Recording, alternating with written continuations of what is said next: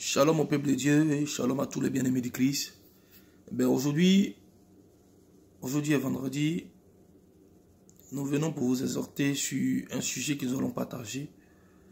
Et cela dit dans le livre de Job 12 au verset 13. Le livre de Job 12 au verset 13. Alors il dit dans cette parole-là que en Dieu réside la sagesse et la puissance. Le conseil et l'intelligence lui appartiennent. Ce qu'il renverse ne sera point rebâti. Celui qui l'enferme ne sera point délivré. Il retient les eaux et tout se destèche. Il les lâche et la terre est dévastée. Il possède la force et la prudence. Il maîtrise celui qui s'égare ou fait égarer les autres. Il emmène les captifs, les conseillers. Il trouble la raison des juges. Alors ici, notre Dieu nous parle de la sagesse. Il dit qu'en premier, nous devions demander la sagesse. Et que c'est avec cette sagesse-là que nous allons consolider tout autour de nous. Alors, ce verset de Job-là, il est intéressant. Il est intéressant parce que chacun de nous essaie, et tant que bien, de exprimer ce dont il ressent à travers le corps du Christ. Chacun de nous essaie de véhiculer le message qu'il reçoit à travers le corps du Christ. Et nous avons pour boussole la Bible. Et chacun de nous a pour boussole la Bible.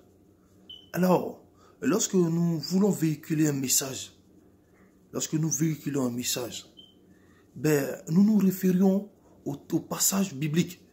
Et dans cette optique-là, nous sommes guidés ou orientés par l'Esprit de Dieu. Et c'est l'Esprit de Dieu qui nous oriente, c'est lui qui nous explique, c'est lui qui nous donne des explications sur des passages que nous vivons, que nous voyons. Alors, si chacun de nous n'est pas orienté par le même esprit, c'est vrai que nous aurons des messages différents. Et c'est clair. Et je veux que nous lisons ce petit passage-là. Dans le livre de Job 11, verset 12. Il nous dit que l'homme a l'intelligence du fou. La Bible compare l'intelligence de l'homme à un fou. Ça veut dire que nous ne sommes pas assez intelligents pour savoir ce qui est bon pour nous et pour les autres. Alors, faisons attention au message que nous véhiculons. Parce que le message que nous véhiculons peut détruire les autres, peut nous détruire nous-mêmes, peut détruire le ministère. Et c'est pour ça que, pendant qu'un homme est un serviteur de Dieu, ou un homme est en train de véhiculer un message, au moment opportun, lorsqu'il véhicule le message, si en ce moment-là, l'esprit de l'orgueil vient l'habiter en ce moment précis, tout ce qui sortira après, bien qu'il soit disposé avant, tout ce qui sortira après, sera fruit de l'ennemi, sera fruit du diable, ce sera fruit du malin. Tous les messages qui sortiront après, que l'esprit de l'orgueil vienne habiter en ce moment-là même, tout ce qui sortira sera des paroles qui ne sont pas inspirées de l'Esprit de Dieu. Bien que ce monsieur soit éminent serviteur de Dieu. Et c'est ce que nous devons comprendre. Parce que rien de ce que sort de nous, il n'est bon. C'est pour ça que la Bible nous traite. La Bible traite l'intelligence de l'homme. Il dit l'homme a l'intelligence d'un fou. Il nous compare notre intelligence à celui d'un fou. Ça vous dit que en nous-mêmes, nous ne sommes rien. À travers la parole de Dieu, à travers l'esprit qui nous oriente, nous sommes quelque chose aux yeux de Dieu. Alors, faites attention, mes frères et sœurs.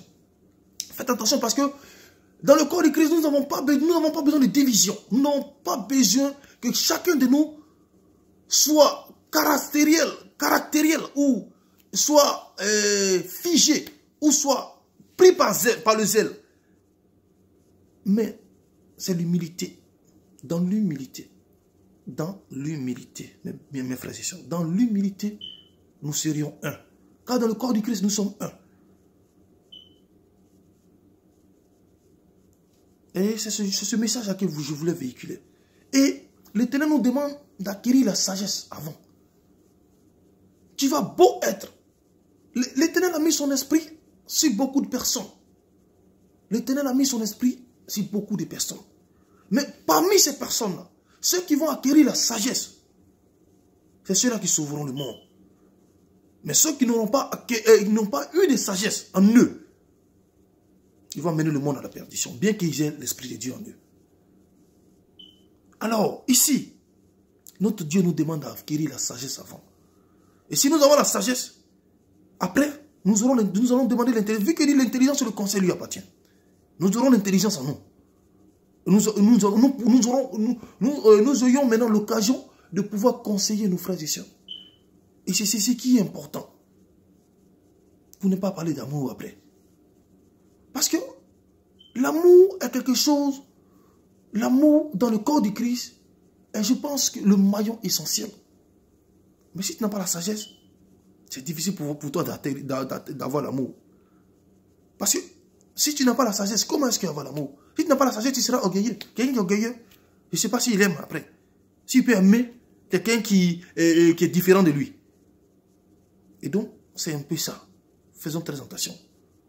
Faisons très attention parce que, ici même dans le livre, dans les épîtres de Paul, dans Éphésiens 3, verset 6, épître de Paul aux Éphésiens, 3, verset 6, il dit, attends, on va chercher ensemble. On va chercher. Il dit que, épître de Paul, verset 6, il dit, verset 6, il dit ce mystère, c'est que les païens sont cohéritiers et forment un même corps et participent à la promesse de Jésus-Christ par l'évangile.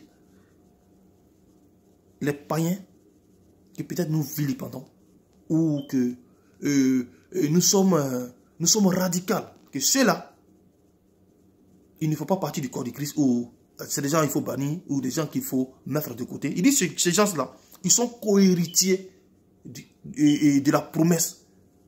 Il dit, ils sont cohéritiers, il dit, ces païens sont cohéritiers, et forment un corps, et participent à la même promesse en Jésus-Christ par l'évangile. La même promesse. C'est-à-dire, la promesse que nous avons là, eux aussi, ils sont cohéritiers de cela. Comment est-ce que vous voyez ça? C'est ce que Paul dit. Alors faisons attention.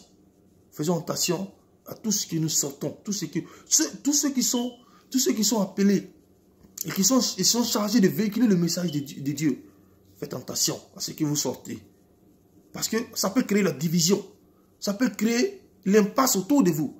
Ça peut déchirer le corps du Christ. Et ça peut faire perdre d'autres personnes.